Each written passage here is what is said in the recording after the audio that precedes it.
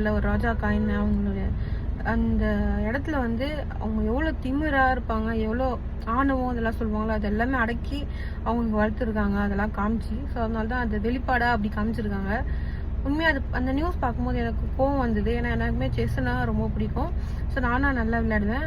நீ ஜெயிச்சிட்டேன்னா அந்த ஆணவத்தை வந்து நீ விளையாடுற செஸ் போர்டில் தான் காமிக்கணுமா அப்படின்ட்டு என்னோட கேள்வி இருந்தது. என் ஹஸ்பண்ட் கிட்ட கூட சொல்லி திட்டின்னு இருந்தேன், எப்படி இருக்காங்க அப்படின்னு சொல்லிட்டு. ஸோ அந்த செஸ் போர்டு தான் இந்த லெவலில் அவங்கள கூட்டு வந்தது. அதை வந்து நீ வந்து டெய்லி பூஜை பண்ணி கும்பிடணும்னு கிடையாது, அதுக்கு ஒரு ரெஸ்பெக்ட் கொடுக்கணும்னு தான் நான் சொல்கிறது. ஸோ நம்ம எது விளையாடுறோமோ இல்லை எது நம்மளை வளர்த்து விட்டது அதுதான், அது கொஞ்சமாச்சும் மரியாதை கொடுக்கணும்னு நினைக்கிறேன் நான். இப்போ வந்து குகன் ஜெயிச்சிருக்காங்க. ஸோ அவர் ரியாக்ஷனை காமிச்சிருப்பாரு. ஸோ அதுலேயே அவங்களுக்கு பெரிய அசிங்கமாயிட்டு இருக்கோம். நம்ம இன்னும் அசிங்கப்படுத்தணுன்ற அவசியம் கிடையாது. ஸோ இதுதான் ஒவ்வொருத்தவங்க நேச்சுரல், இதுதான். ஸோ இப்படி தான் சின்ன சின்ன விஷயத்தில் வந்து அவங்கவுங்க கேரக்டரை கண்டுபிடிக்கலாம். அவங்களோட கேரக்டரோட வெளிப்பாடு தான் இது.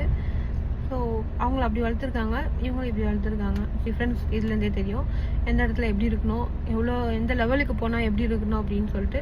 தெரியாதவங்க பார்த்து கற்றுக்கோங்க. கேம்ஸில் உங்களுக்கு என்ன கேம் ரொம்ப பிடிக்கும்னு கமெண்ட்டில் சொல்லுங்கள். எனக்கு செஸ் போர்டு ரொம்ப பிடிக்கும். எனக்கு அதில் ரொம்ப இன்ட்ரெஸ்ட்டு. ஸ்கூல் டைம்லலாம் நிறைய டைம் விளையாடிருக்கேன். ஸோ இப்போவுமே டைம் கிடைக்கும்போது ஃபோனில் விளையாடுவேன். ஸோ ரொம்ப ரொம்ப சூப்பராக இருக்கும். அது மைண்டு தான் ஃபுல்லாமே இது பண்ணுறதுனால ரொம்ப பிடிக்கும் எனக்கு.